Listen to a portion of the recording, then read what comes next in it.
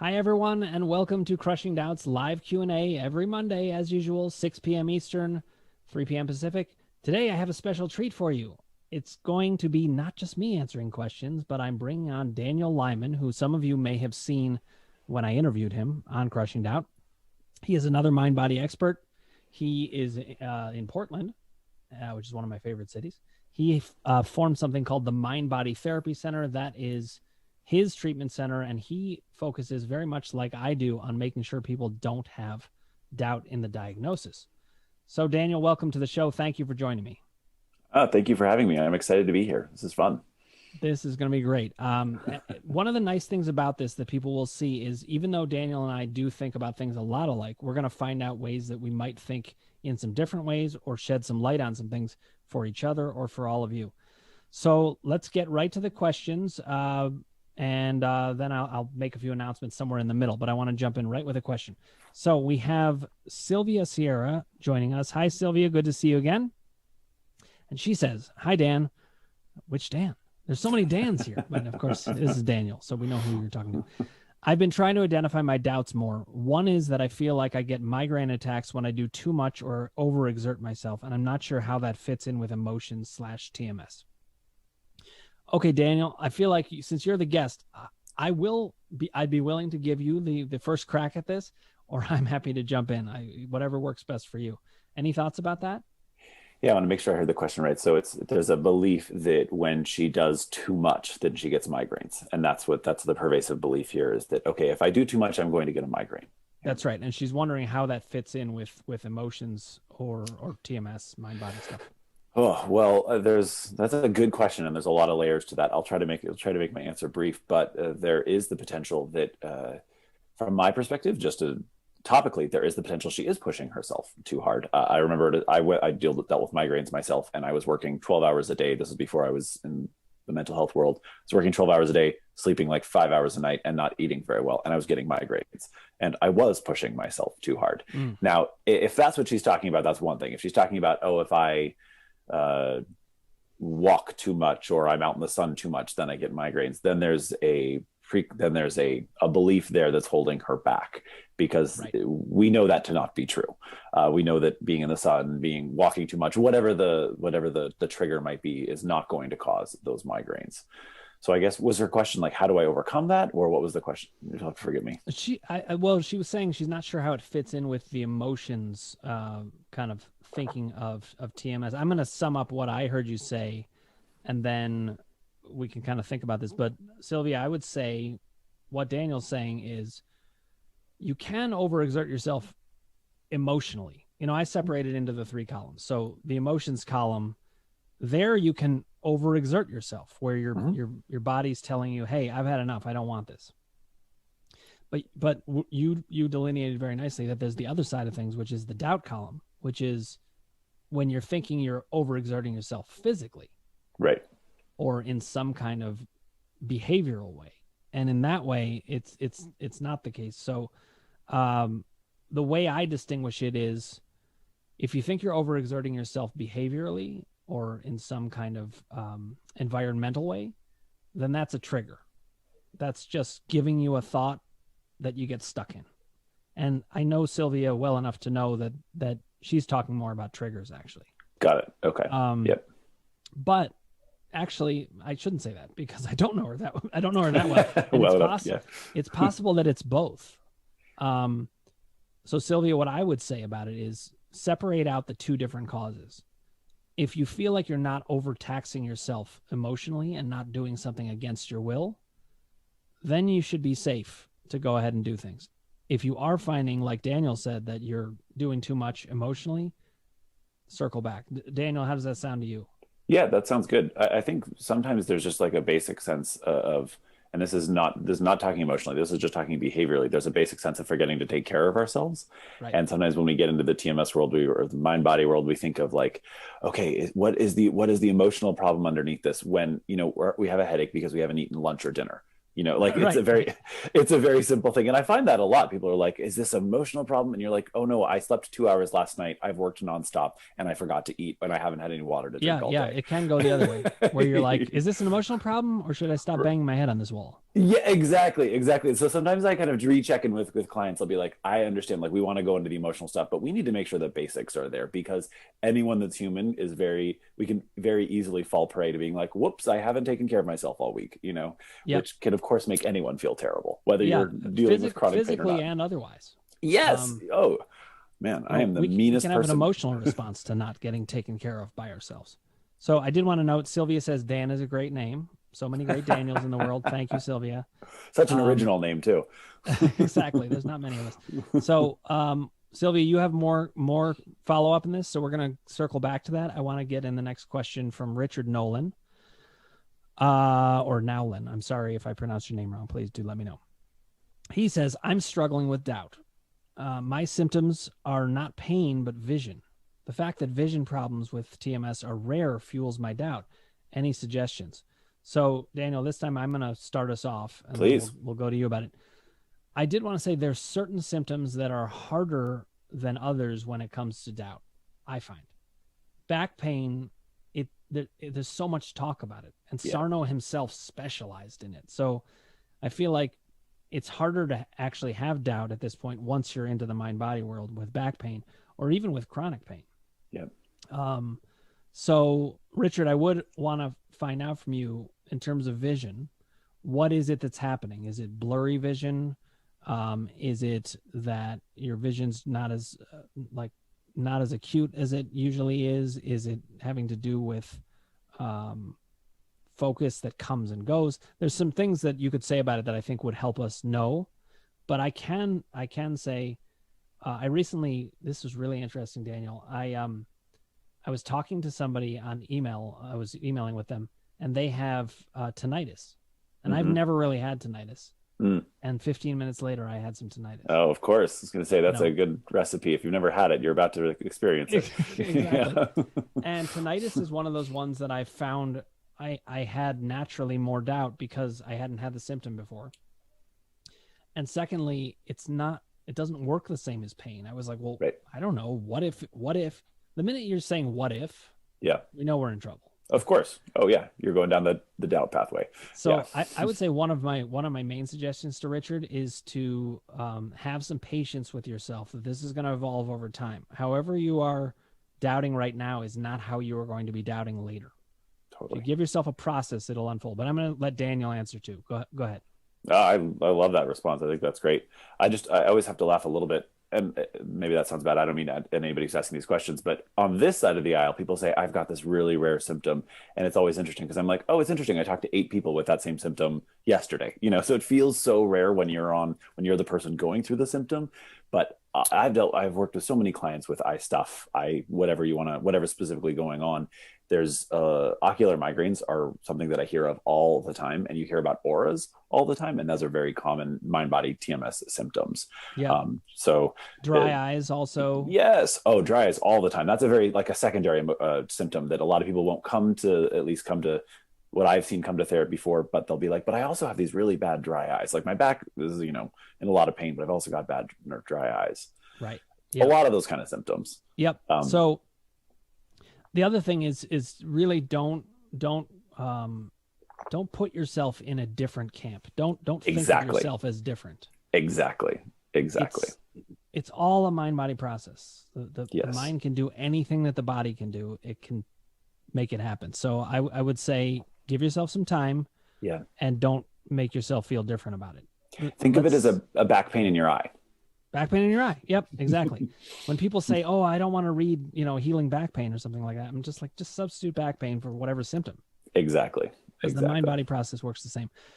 Susan W. is saying hi. She's a great favorite of mine. She's saying hi to both of us. Hi, Dan and Dan. Hi, Susan. Hello.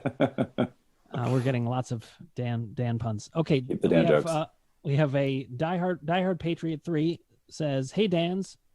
Dr. Ratner, here's an old question I think you had in the preloaded ones. Not sure if you've gotten to it, but I'll ask again here.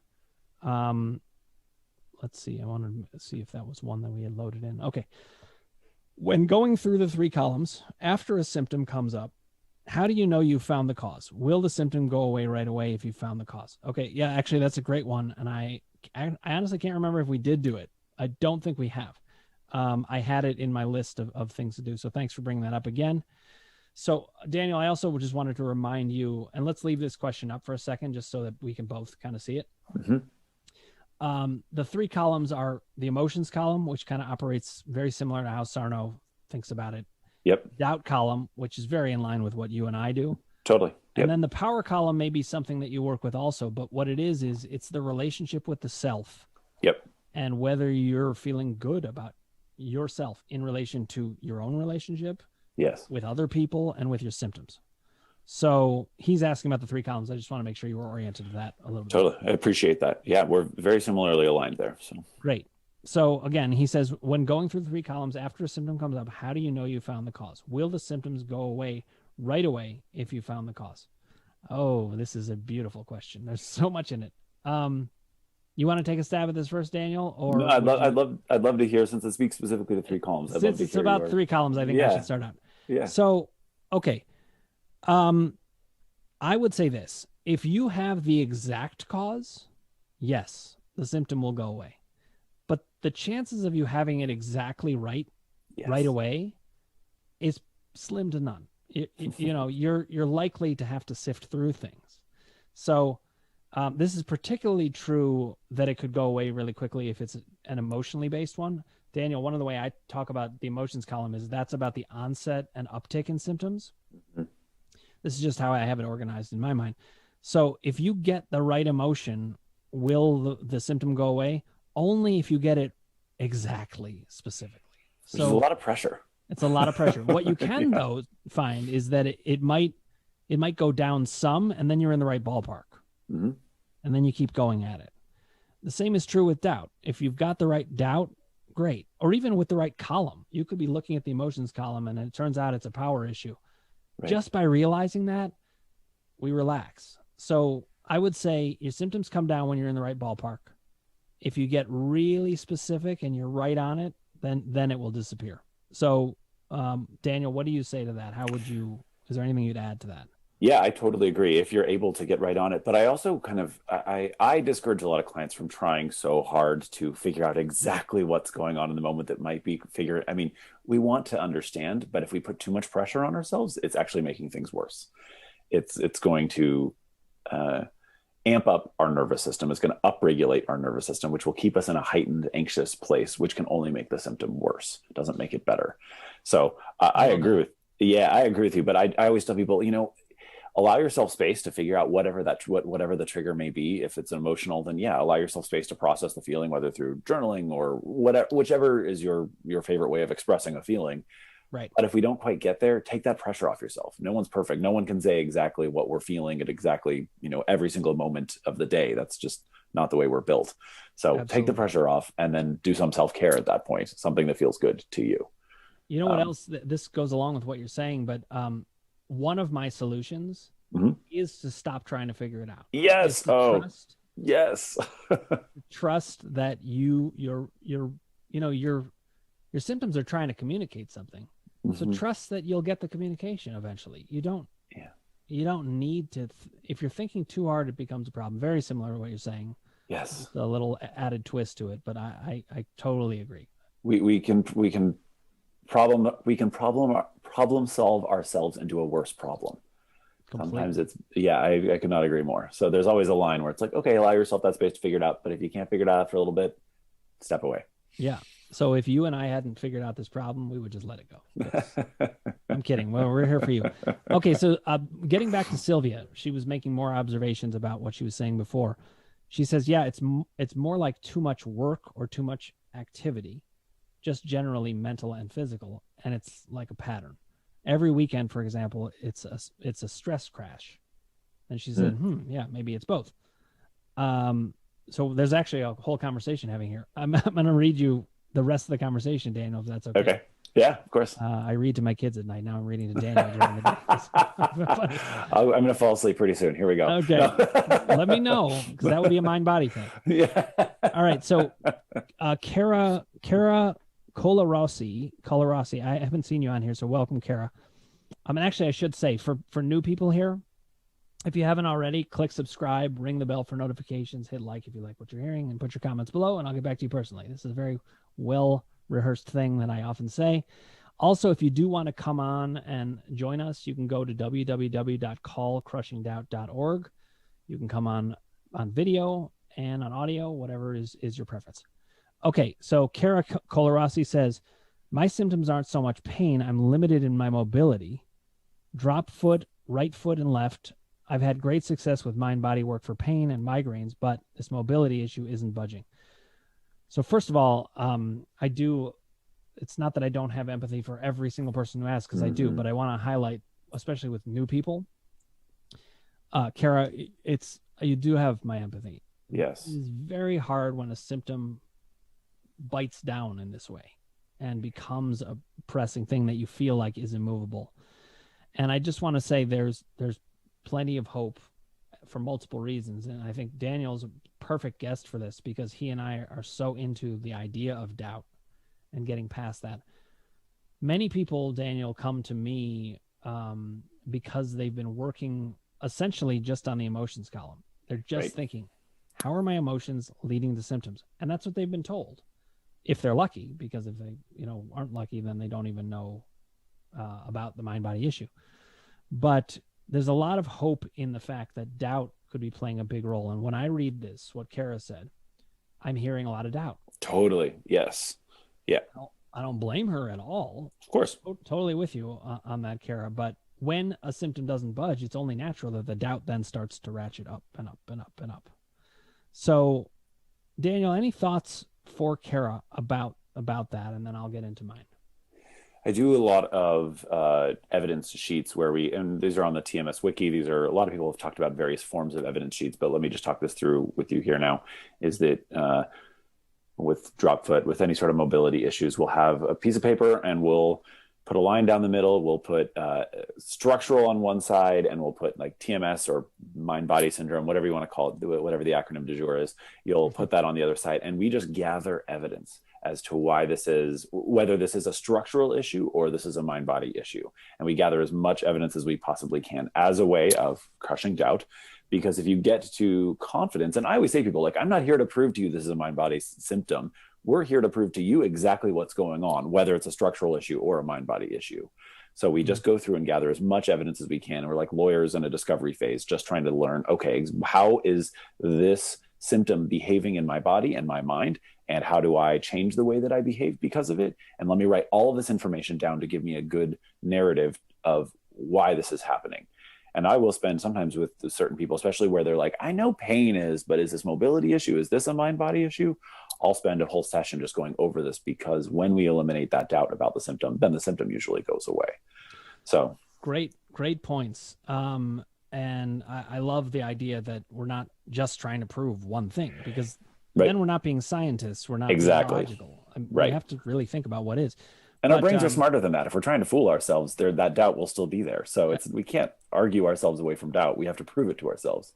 Absolutely. I will say that mobility is another thing that makes for larger doubts.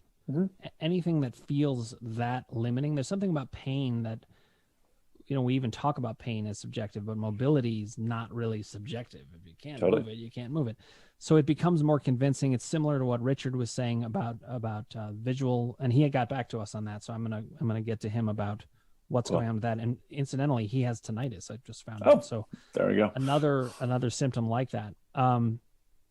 So Kara, I would say what we need to do is have a scientific, logical look at what is happening. For instance, does the mobility shift? Is it always the same way? Yes. You start to find the little poker tells of MS. Yeah, I was just going to piggyback on that. It's mobility we look at. Is it exactly the same always? Because I've had clients that have said, I've got this mobility issue. And then thinking of a client who loved rugby, and he was watching rugby, and like his team, I know nothing about rugby. His team won, and he got so excited and jumped up and did a little happy dance. And he was like, oh, wait, I can't do this. And remembered as soon as he was doing it, Right. So mobility issue. Yeah. So Kara become a soccer fan and see how it goes. No, but in all seriousness, I think it really is important that we look at what's happening and that you feel not alone, that there are people like me and Daniel who can help you figure this out. So you're allowed to have doubt. I tell people this all the time.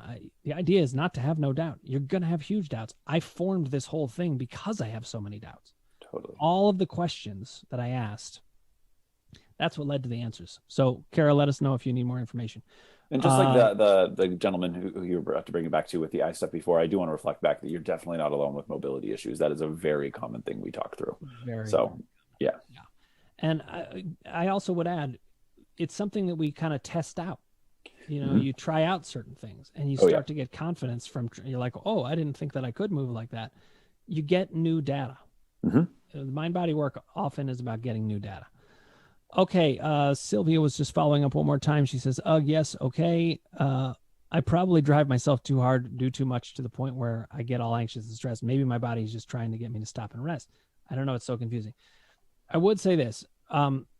The way I like to think about it is to separate out the two. Think of those as two separate problems. Yeah. They're both problems and they're both related. But you want to check out, is it this problem or is it this problem? And that will help you separate out which is which and make it less confusing. So for instance, you might say, maybe I'm driving myself too hard. I'm going to stop. If that is the cause, then it actually should lessen. But if it doesn't lessen, then you can go over to the doubt side of things. That's how I'm thinking about it. Totally. All right. Now we're going to get back to Richard. He said, my vision is called visual snow static vision. And I know, Richard, we've interacted about that. After images and tinnitus. So the way I'm thinking about this is there's something that I call attentional TMS. Boy, we have a lot of questions coming in, so we'll pick up the pace here. I call it attentional TMS. I'm just calling it like I see it. That's just the term that I have used for it. But the idea being that once you've had the symptom for long enough and if you can't stop thinking about it, some symptoms are like that. And sometimes I can have a symptom and it be like that. And other times the symptom's not like that. But I will tell you, with tinnitus, it was amazing how much it just like captures your imagination right away. Because it only takes a thought to get that going. Whereas with pain, it's happening for me. Literally, it's happening for me right now as you're talking about tinnitus. I'm so sorry I gave you tinnitus. Right. You know what I do? This is something I found has been very effective for me with tinnitus. Tinnitus is not about ringing in the ears beginning. It is about the fact that ringing is always there. Right. It's about it's when you attention and perceive it, when the perception is shifted. Totally. That's why it's changed for me. It's not that the ringing just really started. It's that you mentioned it and I was like, oh yeah. Right. What's it like to listen to my ears? It's a necessary evil that we talk about these. Look, I didn't even want to bring it up because I could give myself tinnitus. My day is ruined. Thanks a lot. No, I'm totally It's like how people talk about an earworm in music where you say a song and then, suddenly Sweet Caroline is in everybody's head. Oops. Sorry. Oh gosh. Oh geez. No, I know as soon as we go to the next question, it'll be gone. Exactly. And to have some confidence in that, I would say, Richard, probably the same is true with the vision and the after images. If you can think of it as it's just about your attention, start to do what they call in cognitive behavioral therapy, thought stopping, where you just are like, no. And it won't work right away. You'll keep coming back to it over and over and over, especially if you've had it for a while. But if you keep doing that, you start to get into a rhythm where it's better. Diehard Patriot points out, by the way, Richard, that there's a case mentioned in a book by Joe Dispenza about women who lost their eyesight after viewing something very traumatizing. I do know about that. I think that was in You Are the Placebo. And he says, interestingly, my cousin just told me when she was younger, she lost her eyesight during a stressful time in childhood. It's interesting because that's called hysterical blindness, but that's referring to what's, hysteria, which is a term that Freud used that old basically school. It's very old school, but it also is suggesting that it is all in the mind. But we know none of it's all in the mind. The vision's actually shut off, or the sensory receptors are shut off. Something real is happening physiologically, no matter what's going on. But that definitely can happen. And Joe Dispenza talked about that, and it's a very compelling case study.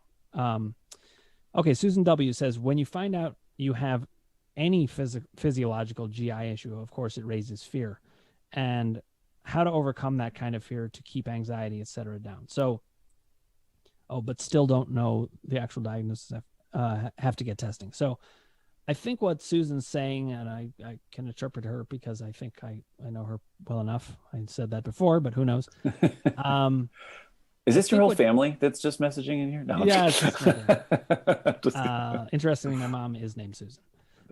There you go. So, and actually, her maiden name was a W. So there you go.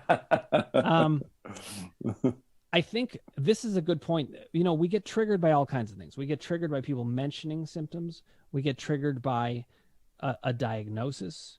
We get triggered by a physical experience. And so I would say that a diagnosis can be very, very triggering. And this is a particular area that you focus on, Daniel. So I'm going to turn it over to you and see what you think about it. Yeah, if that is, so often we have a diagnosis and we have an image in our head. People will have seen some sort of MRI or some sort of imaging, and that is stuck in their head, this idea of what is wrong in their body. And that keeps, again, I kind of talk from a central sensitization perspective, but that keeps our body upregulated when we're constantly imagining or thinking about the thing that is wrong with us. Learning to manage that fear is not only about managing the doubt that comes with the diagnosis, but also training ourselves physiologically to be able to feel safe and comfortable, even when we're having some of those scary thoughts about the symptom. So in this particular case, clearly my memory's not so good right now. It's GI issues that she's talking about. Yep. Susan, sorry. Okay.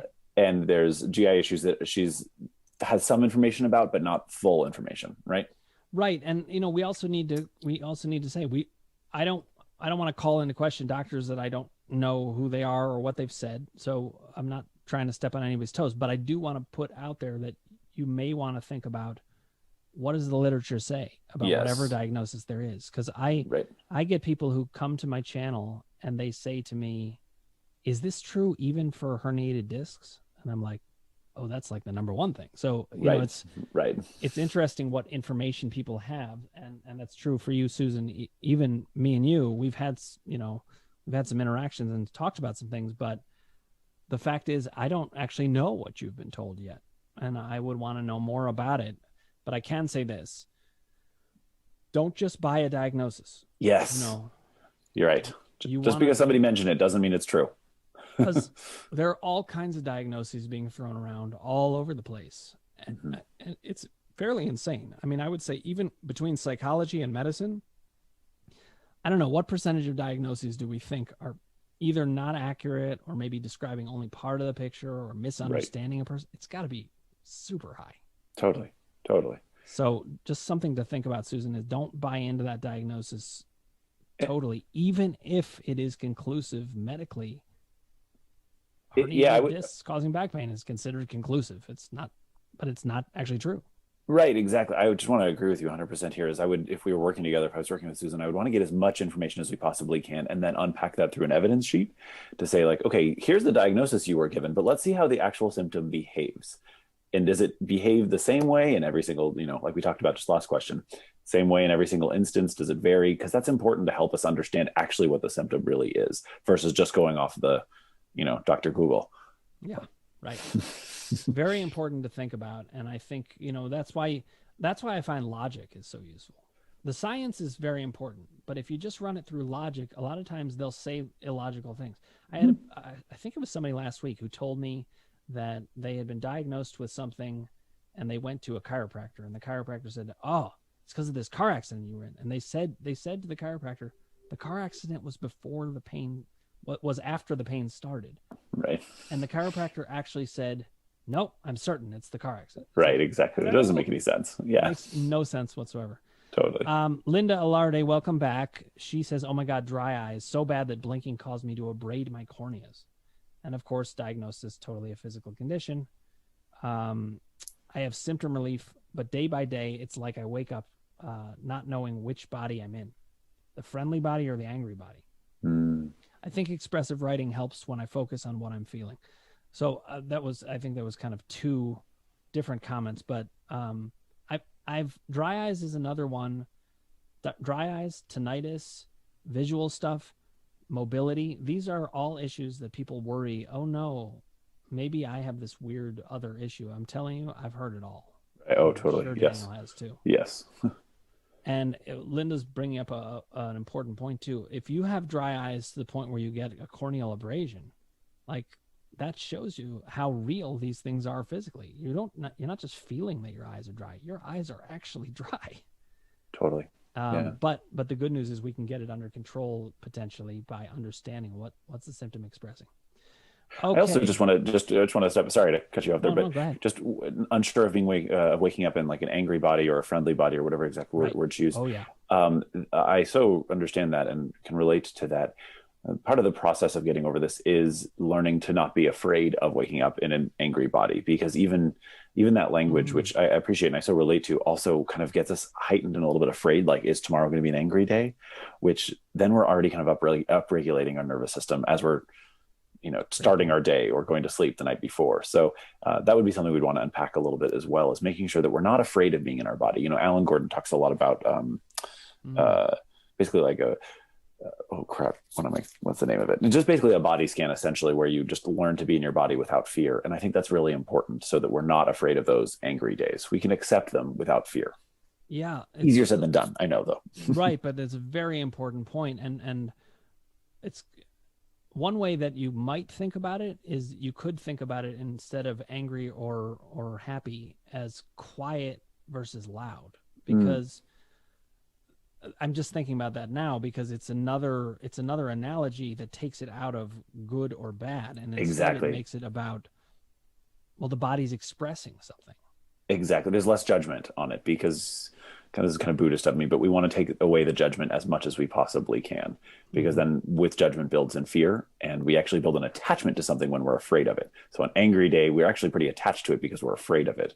So something like quiet or loud, there's less of an attachment to, unless we're talking about tinnitus, but might be less. Fair point. Yeah, but I love that suggestion. But you know what's interesting? Then the opposite could be true. You could think of tinnitus as an angry thing. There you go. And yeah. Maybe I'm angry today. Sometimes when you translate it, that's what I did with tinnitus recently, is I thought about the things I was angry about, and then I wasn't concentrating on the symptom anymore. So totally, it's a weird thing where it's like you can use one to get to the other. It is very Buddhist. Okay, Mark Campbell. Hi, Mark. Good to see you again. He said, "Hi, Dans. How do you approach known trigger movements? Is it a matter of checking each column before proceeding? Also, if doing the trigger and pain is felt, what would the strategy be for this?" Okay.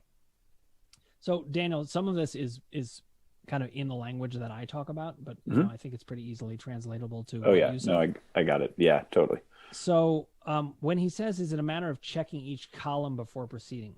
The way I think about it is that triggers are largely doubt column. They're just related to doubt more than anything. They usually don't relate to emotion much at all. But I will say this: if you're having an emotional experience that you're upset about, you're more vulnerable to triggers. So each column plays its own role. The emotions role could exacerbate or make a trigger more likely. But the doubt column is where triggers are just, it's straight related to it. It's triggers are thoughts that you have that could lead to symptoms.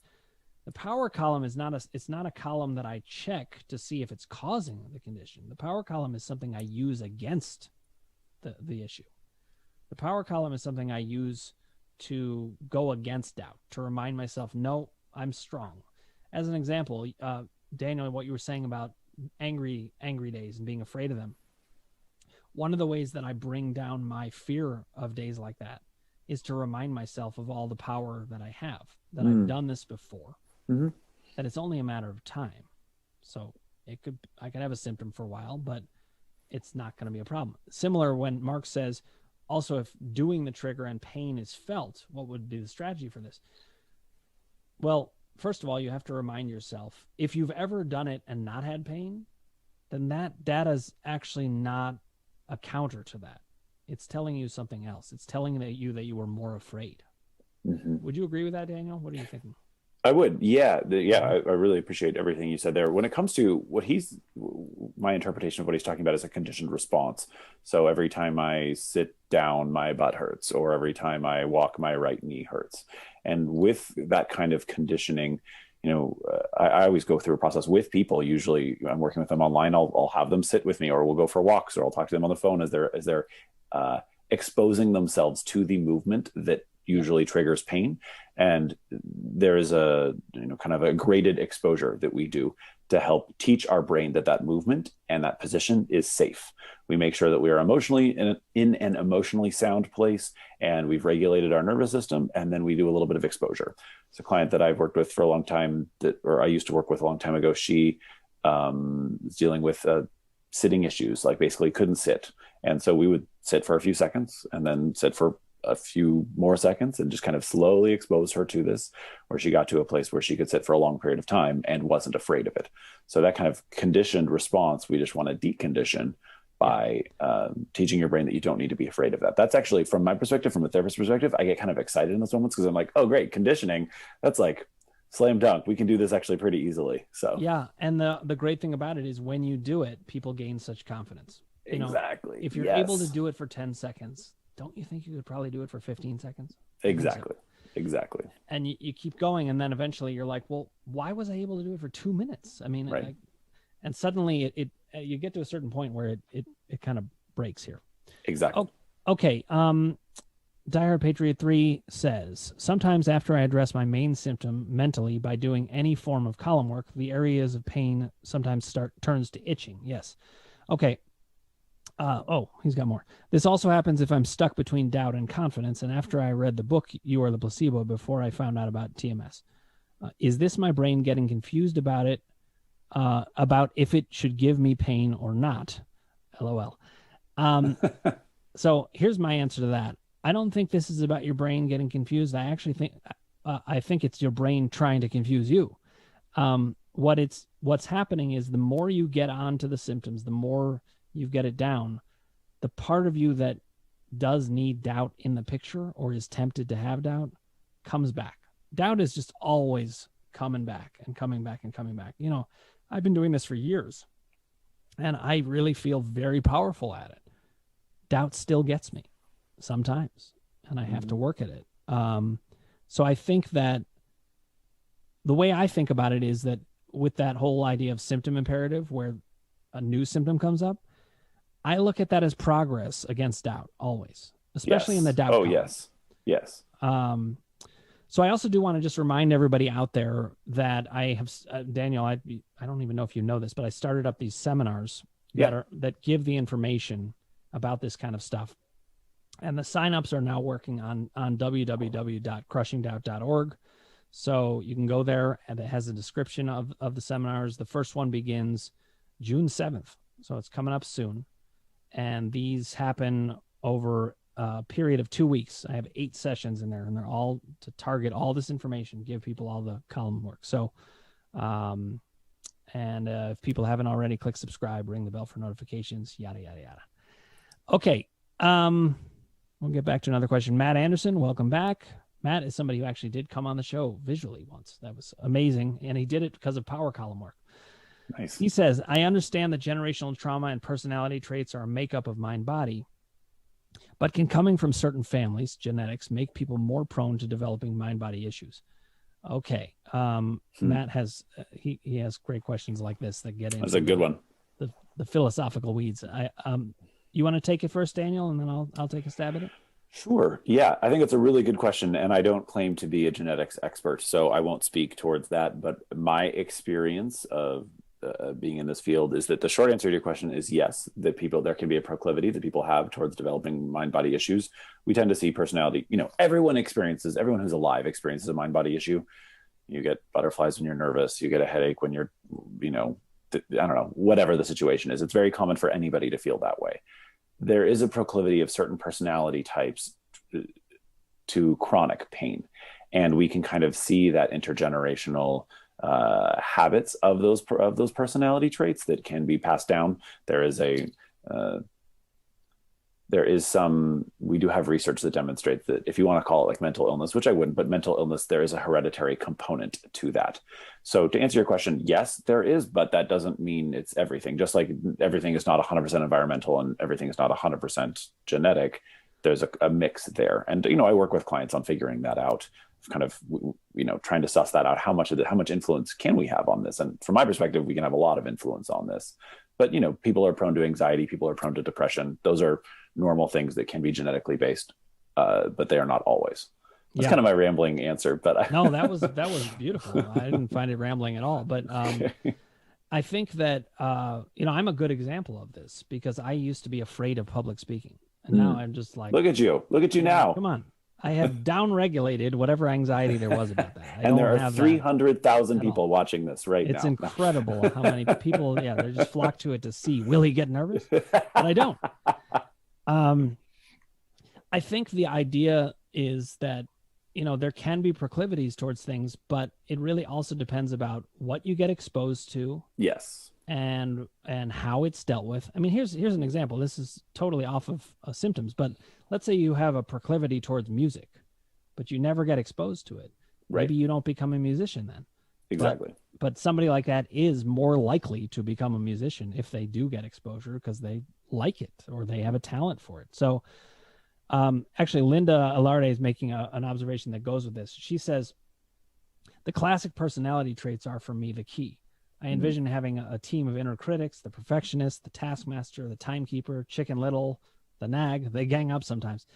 And I think that's speaking to what we're talking about. Yes. I have all of those qualities are pretty high in me and would be easy to upregulate. There you go. We can downregulate them just as easily. We really can.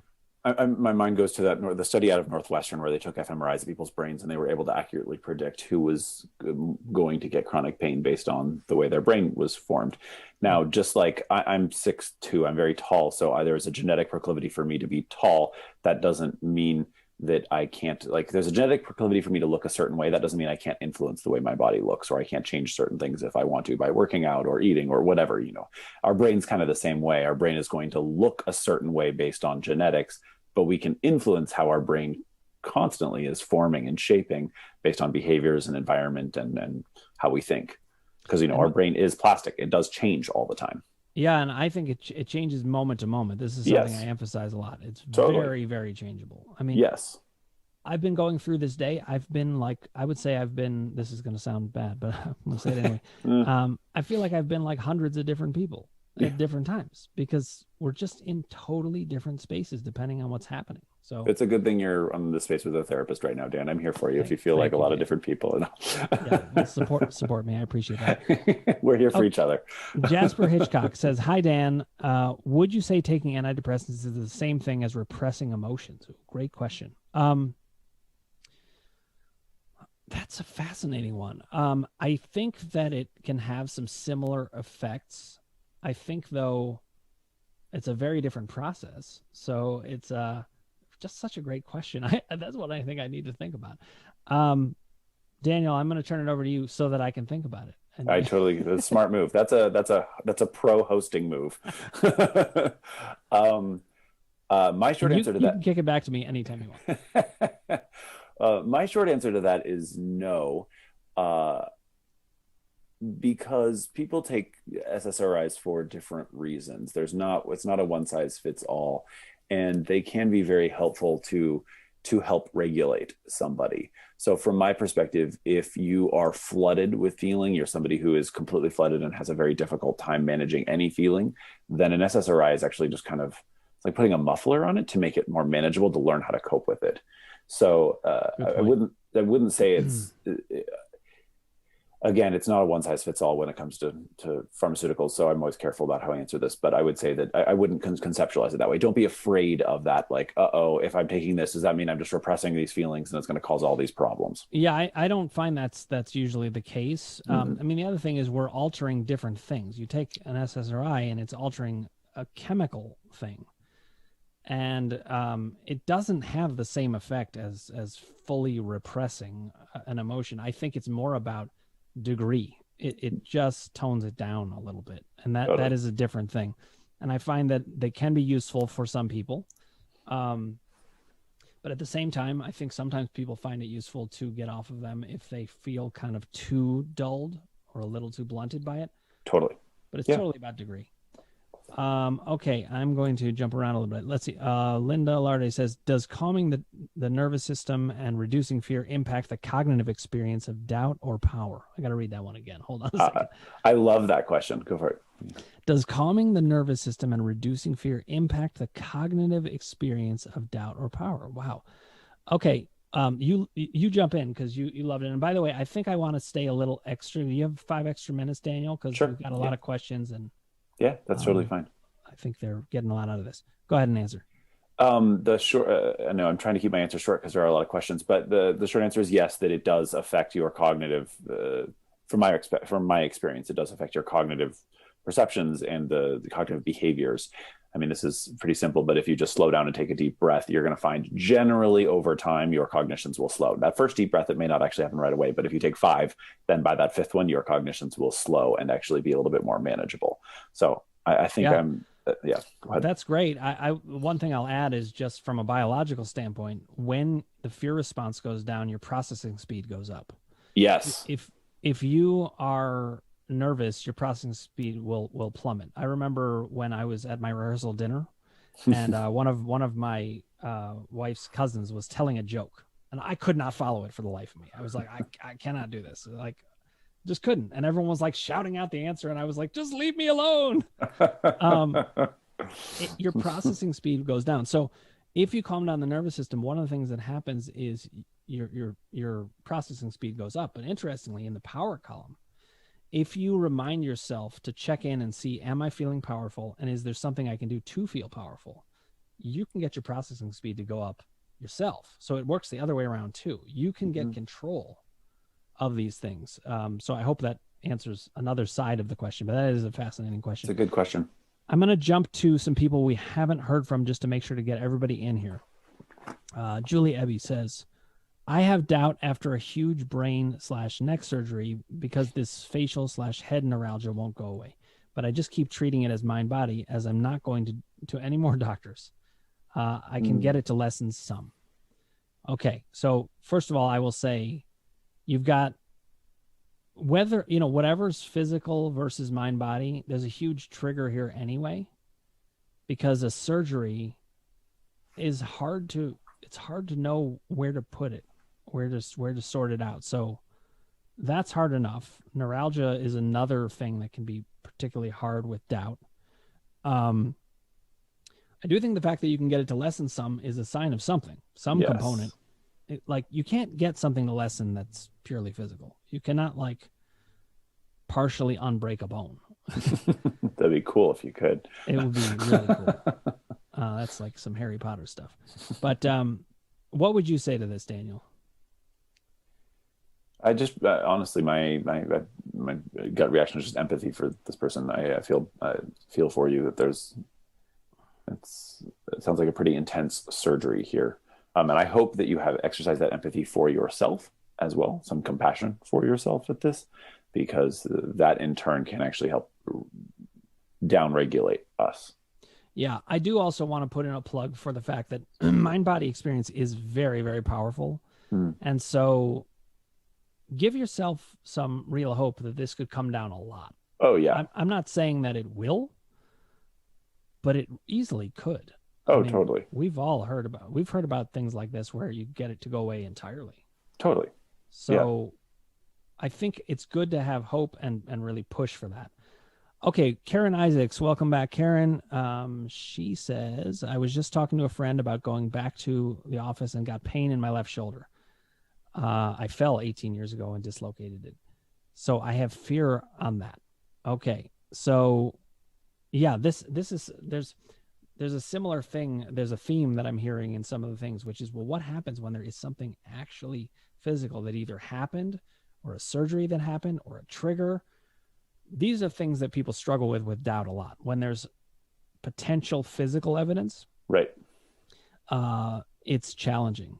And I think that what I would say is similar to what we were talking about with the visual things or tinnitus or whatever we're talking about. Don't quarantine yourself as different.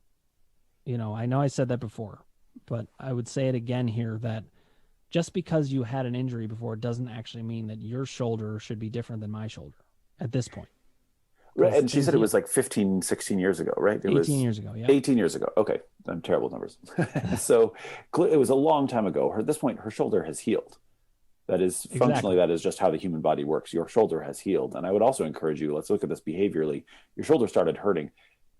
Was it hurting an hour before? No, probably not. Your shoulder just started hurting kind of randomly. And that doesn't have anything to do with an injury. We're correlating with things that aren't correlated at all, which Yep. is that's why you talk about like using logic. If your shoulder was still broken or hurt from 18 years ago, it would still hurt. It would constantly be hurting from 18 years. But Exactly. that's not the case. It is healed. And now those neural pathways are there that are triggering those sensations. And we're just trying to figure out why those sensations were triggered. Is there something emotional that is going on? Was there some sort of subconscious behavioral stimulation that happened to trigger those symptoms? We don't know exactly. But don't for a second think that those are linked to that shoulder being hurt, because again, after 18 years, your shoulder's healed. Right. I mean, if you stick to logic, you're gonna find the cracks in the armor of Exactly. these things. And I think that's so important. It's so in line with what Daniel and I do. I'm going to take one last question, then we got to wrap up here, guys. And I'm going to take the questions we did not get to, and I'll put them in the preloaded questions for next time. And we've got a comment here from Linda Lardy saying, "You two Dans are a great duo." Thank you, Linda. Good. Thanks, Linda. There is a question. Have you guys ever seen TMS cause swelling in any of your clients? I definitely have. 1,000 times or Many 10,000 times. You name it. That is incredibly common. And it's also a common symptom that people ask about. But yes, it's very common. Yeah, and if you think about it, it makes sense, because all it takes is the mind altering the flow of water. And that happens all the time, whether it's through tears.